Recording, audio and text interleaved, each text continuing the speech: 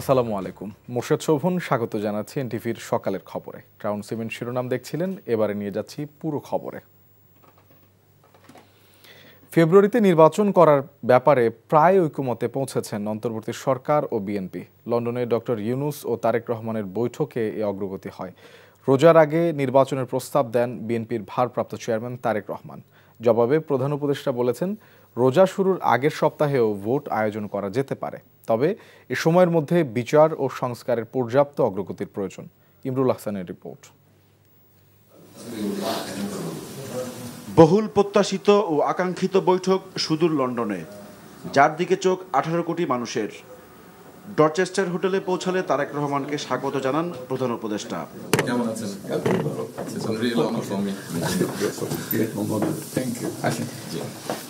বৈঠকের আনুষ্ঠানিকতার আগে কুশল বিনিময় করেন দুজনে, যেখানে প্রকাশ পায় দুই নেতার বিনয়।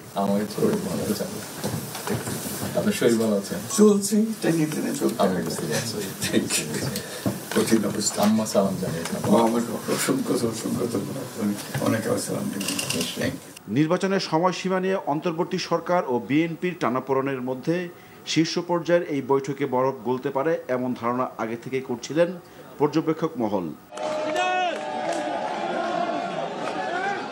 বৈঠক শেষে হাস্যোজ্জ্বল মুখে হোটেল থেকে তারেক রহমানের বেরিয়ে যাওয়ার এই দৃশ্যই বলে দেয় বৈঠক সফল হয়েছে। পরে যৌথ বিবৃতিতে ঘোষণা আসে নির্বাচন নিয়ে দুপক্ষের সমঝোতার। জনাব তারেক রহমান প্রধান উপদেষ্টার কাছে আগামী বছরের রমজানের আগে নির্বাচন আয়োজনের প্রস্তাব করেন।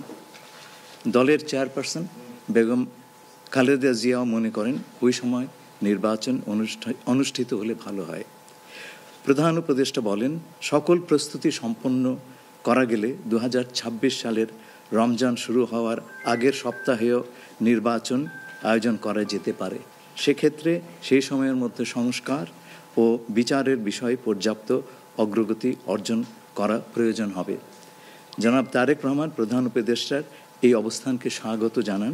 ডক্টর খলিল জানান, শীঘ্রই নির্বাচনের তারিখ ঘোষণা করবে নির্বাচন কমিশন। আমরা কোনো সমস্যা দেখছি না, কেউ দেখলে পারে এটা ভুল দেখছেন। নির্বাচনের সম্পর্কে আজকে যৌথ বিবৃতিতে আমরা বলে দিয়েছি দুপক্ষই, এবং নির্বাচন কমিশন আমরা আশা করব শীঘ্রই একটা তারিখ ঘোষণা করবে। ডক্টর ইউনূস ও তারেক রহমানের 1.5 ঘন্টার একান্ত বৈঠকে সংস্কার ও জুলাই আগস্টের হত্যাকাণ্ডের বিচার এগিয়ে নেওয়ার বিষয়ে বিস্তারিত আলোচনা হয়। যৌথ ব্রিফিংয়ে আমির খসরু মাহমুদ চৌধুরী বলেন, ঐক্যমত্যের ভিত্তিতে হবে জুলাই সনদ। নির্বাচনের পরও এগিয়ে নেওয়া হবে সংস্কার। ঐক্যমতের পরিপ্রেক্ষিতে আমরা সংস্কার এবং জুলাই সনদ দুটাই করব। সকলের ঐক্যমতের পরিপ্রেক্ষিতে সেটা সিদ্ধান্ত নেওয়া হবে, এবং এটা আমি নিশ্চিত এটা খুব কম সময়ের মধ্যে আমরা সেই সিদ্ধান্ত নিতে পারব। আমরা তো নতুন বাংলাদেশ গড়ার প্রত্যয় নিয়ে সামনের দিকে এগোচ্ছি।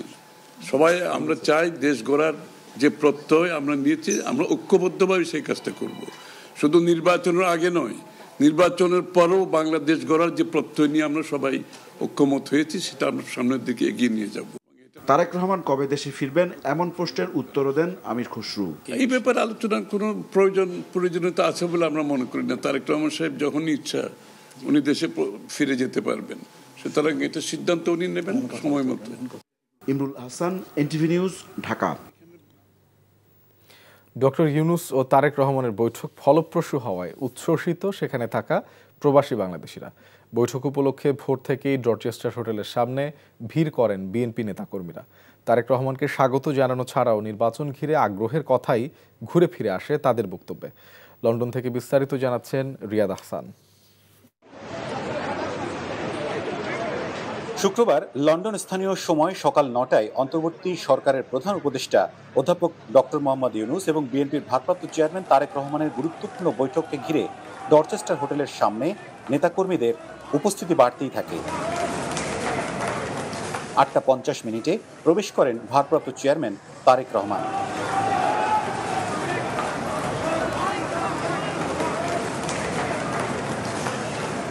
পরিস্থিতি মোকাবেলায় বাড়তি নিরাপত্তা নেওয়া হয় ব্রিটিশ পুলিশের পক্ষ থেকে। নেতাকর্মীরা জানান, এটি তাদের বহু প্রতীক্ষিত একটি মিটিং। বাংলাদেশে আগামী দিনে রাজনীতি কিভাবে হবে সবই নির্ভর করছে আজকের এই বৈঠকের রেজাল্টের উপরে। 31 দফার আলোকে অচিরেই যেন বাংলাদেশে একটি অবাধ সুষ্ঠু নিরপেক্ষ নির্বাচনের মাধ্যমে বাংলাদেশকে গণতান্ত্রিক স্বাদ দেওয়া হয়। বিভিন্ন দেশের প্রবাসী বাংলাদেশি নেতাকর্মীরা তাদের কারো হাতে ব্যানার, কারো হাতে প্ল্যাকার্ড। এসব প্ল্যাকার্ডে লেখা ছিল নানান স্লোগান। আমরা খুবই খুশি এবং আশা করি যেভাবে যাচ্ছে খুব ভালো হবে এবং দেশবাসী আশা করি এই যে প্রত্যাশা ছিল এই প্রত্যাশা পূরণ হয়েছে আজকের এই মিটিং।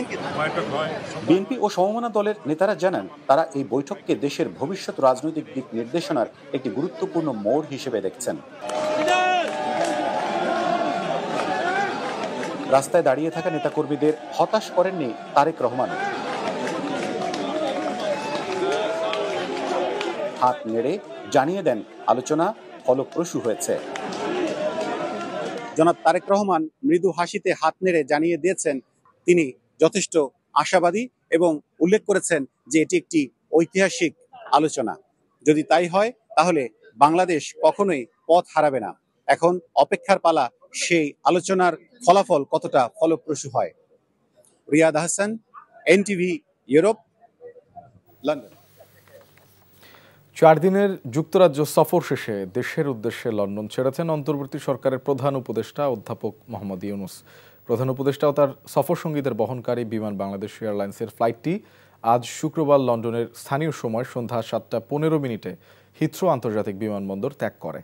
এর আগে প্রধান উপদেষ্টা ডক্টর মোহাম্মদ ইউনূস ও বিএনপির ভারপ্রাপ্ত চেয়ারম্যান তারেক রহমান এক ফলপ্রসূ বৈঠক করেছেন।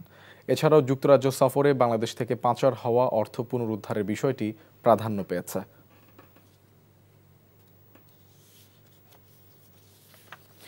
আগামী ফেব্রুয়ারির মাঝামাঝি নির্বাচনের অনুষ্ঠানে সরকার সম্মত হয়েছে বলে জানিয়েছেন বিএনপির মহাসচিব মির্জা ফখরুল ইসলাম আলমগীর। নতুন বাংলাদেশ গঠনে ঐক্যবদ্ধভাবে এগিয়ে যাওয়ারও আহ্বান তার। শুক্রবার লন্ডনের বৈঠক নিয়ে আনুষ্ঠানিক প্রতিক্রিয়ায় এসব বলেন তিনি। তারা ফেব্রুয়ারির মাঝামাঝি সময়ে নির্বাচনের সময়সীমা নির্ধারণ করেছেন। অনেকে অনেক কথা বলছিলেন বিভিন্নভাবে, কিন্তু আজকে এই দুই নেতা প্রমাণ করলেন যে বাংলাদেশের মানুষ এখনো প্রয়োজনের সময় ঐক্যবদ্ধ হতে পারে। সারাক্ষণ একে অপরকে বকাবকি, গালিগালাজ, আপনার সোশ্যাল মিডিয়াতে বকাবকি, অমুকখানে বকাবকি না করে আসুন আমরা সবাই একসাথে একযোগে জাতীয় ঐক্য সৃষ্টি করে আমরা দেশকে পুনর্গঠনের জন্য, নতুন বাংলাদেশ গঠন করবার জন্য এগিয়ে যাই। লন্ডনে প্রধান উপদেষ্টা ডক্টর মোহাম্মদ ইউনূসের সঙ্গে বিএনপির ভারপ্রাপ্ত চেয়ারম্যান তারেক রহমানের বৈঠক একটি দলকে খুশি করার জন্য, যা গণঅভ্যুত্থানের সঙ্গে প্রতারণার শামিল বলে মন্তব্য করেছেন জাতীয় নাগরিক পার্টির মুখ্য সমন্বয়ক নাসির উদ্দিন পাটোয়ারি। একটি দলের সাথে মিটিং হয়েছে এবং সেই প্রত্যাশার কোনো আমরা জায়গা দেখি নাই। আমরা সেখানে জুলাই ঘোষণাপত্রের কোনো স্পষ্টতা সরকার থেকে এই পর্যন্ত কোনো বার্তা দেখি নাই। আমরা বিচার প্রশ্নে এই পর্যন্ত কোনো স্পষ্ট সরকার থেকে বার্তা দেখি নাই। শুধু একটি দলকে খুশি করার জন্য নির্বাচনী সড়কে বাংলাদেশকে নিয়ে যাওয়া হচ্ছে।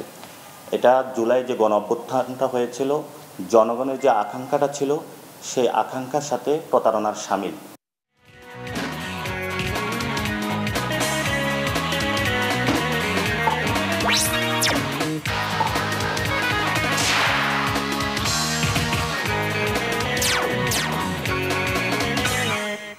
ইস্পাহানি প্রিমিয়ামটি খেলার খবর। শুরুতে ক্রিকেট। বাংলাদেশ দলের অধিনায়কের পদ যেন হয়ে দাঁড়িয়েছে মিউজিক্যাল চেয়ার। হঠাৎ করেই মেহেদী হাসান মিরাজকে 1 বছরের জন্য ওয়ানডে নেতৃত্ব দেয়ায় নাজমুল হোসেন শান্ত হয়ে গেছেন শুধুই টেস্ট অধিনায়ক। নতুন ওয়ানডে অধিনায়ক যদিও পুরো প্রক্রিয়ায় ইতিবাচক, কিন্তু আমিনুল ইসলাম বুলবুলের নেতৃত্বে বিসিবির ভূমিকায় সিদ্ধান্তে হয়ে দাঁড়িয়েছে প্রশ্নবিদ্ধ। এদিকে বোর্ড পরিচালকদের কথা নয়, কাজে বেশি মনোযোগী হতে পরামর্শ সাবেক অধিনায়ক তামিম ইকবালের। নিলয় মজুমদারের রিপোর্ট। সিদ্ধান্তটা চমকে দিয়েছে খোদ মিরাজকেই। বৃহস্পতিবার বিসির ভার্চুয়াল মিটিং শেষে ক্রিকেট পরিচালনা বিভাগের প্রধান নাজমুল আবেদিন ফাহিম মিরাজকে আহ্বান করেন ওয়ানডে অধিনায়কের দায়িত্ব নিতে।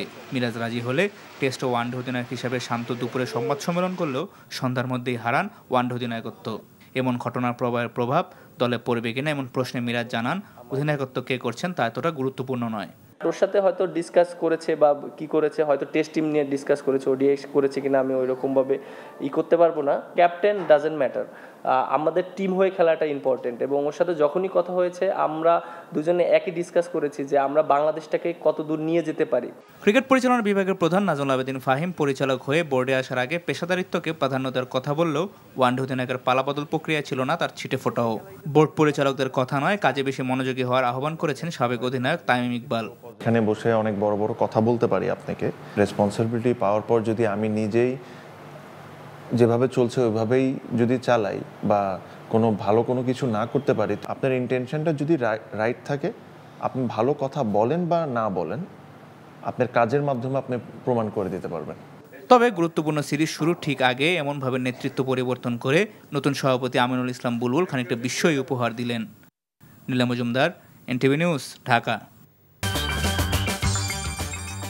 এই ছিল সকালের খবরে। এই খবরের ভিডিও সহ আপডেট জানতে ভিজিট করুন এনটিভি অনলাইন www.ntvbd.com। এছাড়াও এনটিভির জনপ্রিয় সব অনুষ্ঠান ও খবরের আপডেট জানতে ভিজিট করুন আমাদের ইউটিউব ও ভেরিফাইড ফেসবুক পেজ। ধন্যবাদ সবাইকে।